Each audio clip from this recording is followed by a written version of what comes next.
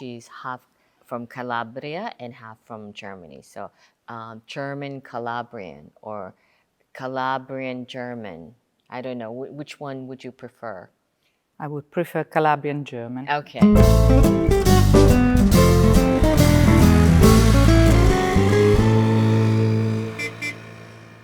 Italian Wine Travel with Stevie Kim. Hello, my name's Stevie Kim, and welcome to the Italian Wine Podcast. Today, we're here with Jeanette Servidio. So she's the general manager for this winery, which is called Petra.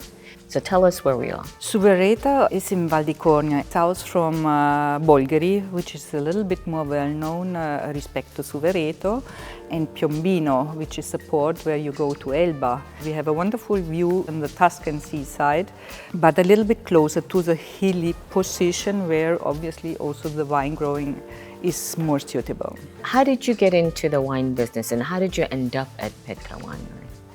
Let's say somebody rang my bell at home and asked me if I'm speaking German. In fact, I do because I grew up in Germany. I thought it was for some translations. Instead, it was a wine agency called Selezione Fattorie. And so I started, it was like 96. And then I had 6 years experience in Antinori. At the beginning, I was obviously an assistant because I came into the business since few time. So first I was assistant in the export department and after for the commercial director.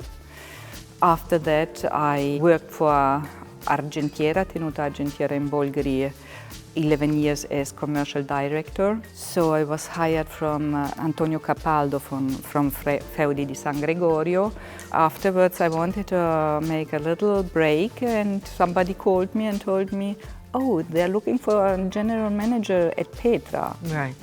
And so here I am. Why did you decide to come to Petra? Like what was so sexy about Petra after all these years of experience? For me, Petra was fashionable already since a long time. I came visiting Petra by myself when I was still working in Argentiera. So I just want to ask you a question about your relationship with the family, the Moretti family.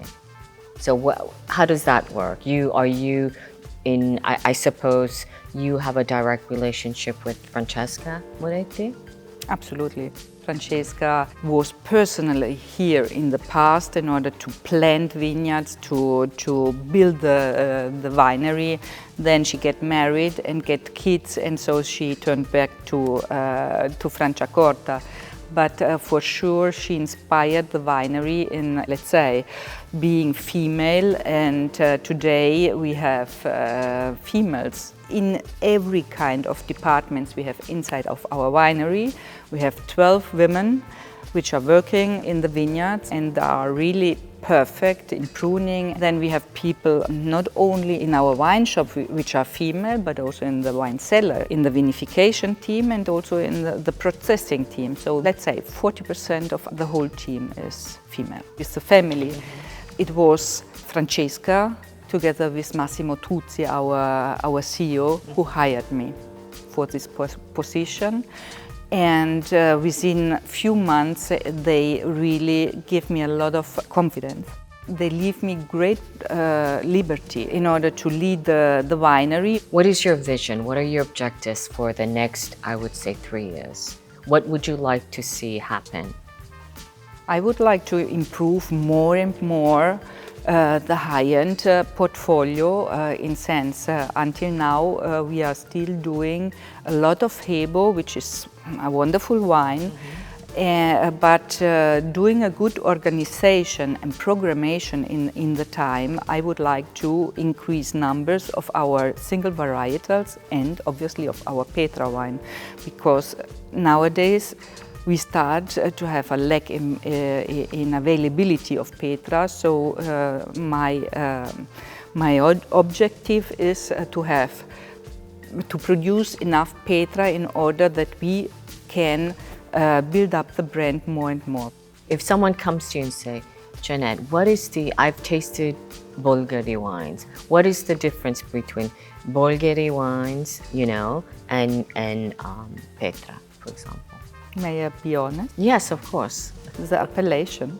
The wines are very, very similar. You know, here we always tell that our vineyards in Suvereto are based on Bordeaux grape varietals. The same grape varietals are grown in Bolgheri. The same grape varietals are grown also in the Maremma, and they are very suitable. Suvereto is very similar. Low acidity, nice sapid and mineral aftertaste, which gives great balance to the wines. And Petra is different from a lot of wines from the coastal part, because we would like to underline the terroir, the soil conditions. So we don't use too much new oak, because we would like to show fruit, freshness, the spices, all the hints which belongs to us especially, and we don't want to cover this with too much oak. Prior to that, you had a French winemaker, is that correct? Yes. So do you know if the style of the wine has changed dramatically from the French winemaker to Caviola?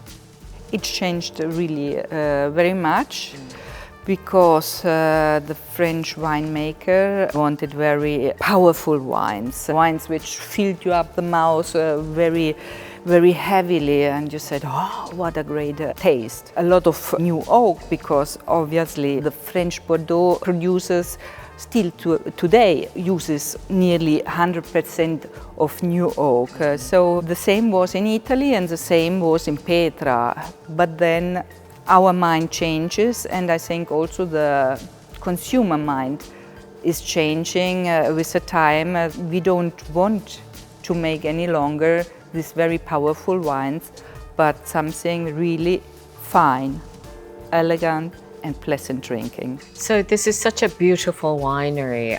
How prevalent is I suppose, the eno-tourism here?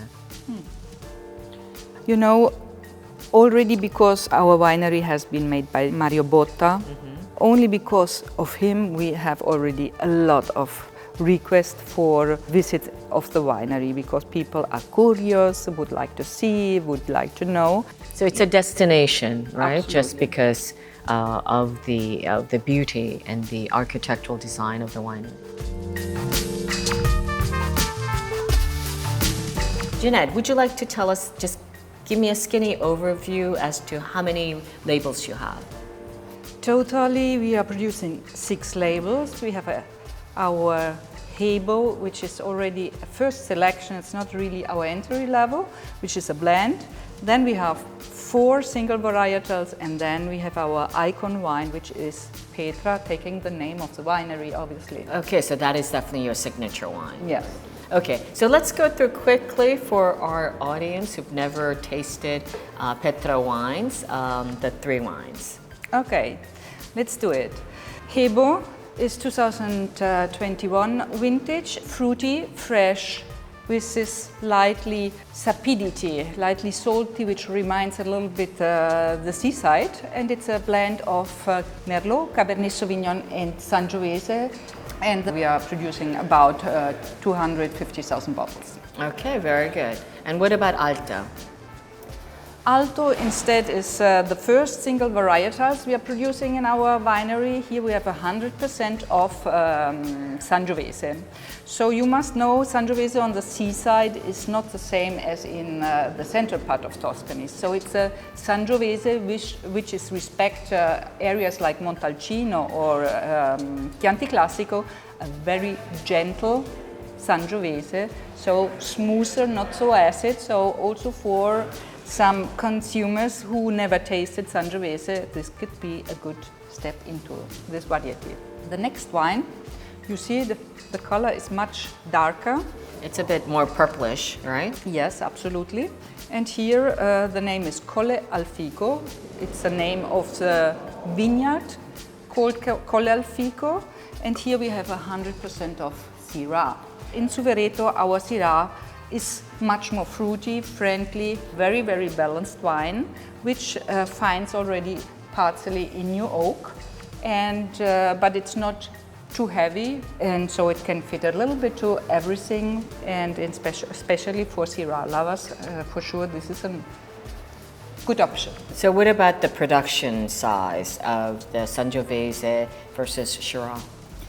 Sangiovese and Syrah are small productions. It's only to show the potential of these varietals on our territory. So here we have about 12,000 bottles for the Sangiovese, and the same more or less for the Colle al Fico Syrah.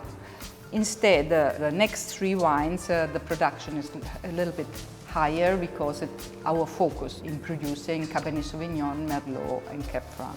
Okay, great. So let's go into the next three wines. The fourth wine will be Quercegobe, and then the fifth wine will be Potenti. So would you like to tell us about these two wines? So Quercegobe is a vineyard with all this Merlot we have planted in our winery, and in the wine cellar we bringing the selection of this Merlot, and we are vinifying this Merlot, not overpowering. So we are not making hard extractions in order to get a fine drinking, elegant wine with a wonderful mineral, fresh aftertaste. So it's really well balanced, elegant, fine drinking, and absolutely suitable for a little bit the whole meal, but in particular to grilled meat, something like this, or some sausages. It's fantastic because it cleans up the mouth. All right. Now let's move on to Cab. Okay. Potenti means Powerful. powerful. So I think this is a fantastic name for a Cabernet Sauvignon because Cabernet Sauvignon is powerful. And by chance, the hill where Cabernet Sauvignon is grown for Potenti is called the Potenti Hill. So it's also here a single vineyard. What would you recommend in terms of food pairing? These are wines which have quite a good alcohol content, but you have tasted the wine, you don't feel the alcohol because these are wines which are very, very well balanced. So you can start with cold cuts, salami, prosciutto. Then we are on the seaside, but we also have hills. So we have wild boar, we have deer. But for my opinion, because of this wonderful freshness in the aftertaste, sausages, lamb, also fatter things are perfect because the wine after this kind of heavy meal, they clean up your mouth and you always have a clean and fruity aftertaste. Okay, so we have come to the signature wine, the last wine, which is called Petra. Petra is the icon wine of our winery, so it should take the name of the winery in order to identify this represents us.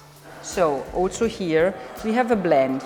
Until a few years ago, the blend was only Merlot and Cabernet Sauvignon. Since 3 years, we put also some Cab Franc inside because the Cab Franc can dominate very well Cabernet Sauvignon, and so it becomes a more balanced wine, it becomes a more complex wine. It's very gentle, already drinkable now. If you open the bottle an hour earlier, even better.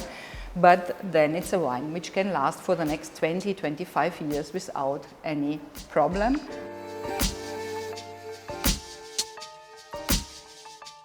Okay, great. With that, I would say it's a wrap, and chin chin with Italian wine people. And follow us. Don't forget to subscribe. Hit the subscribe button. Don't forget to follow us also wherever you get your pods. That's it. Ciao ragazzi. Ciao.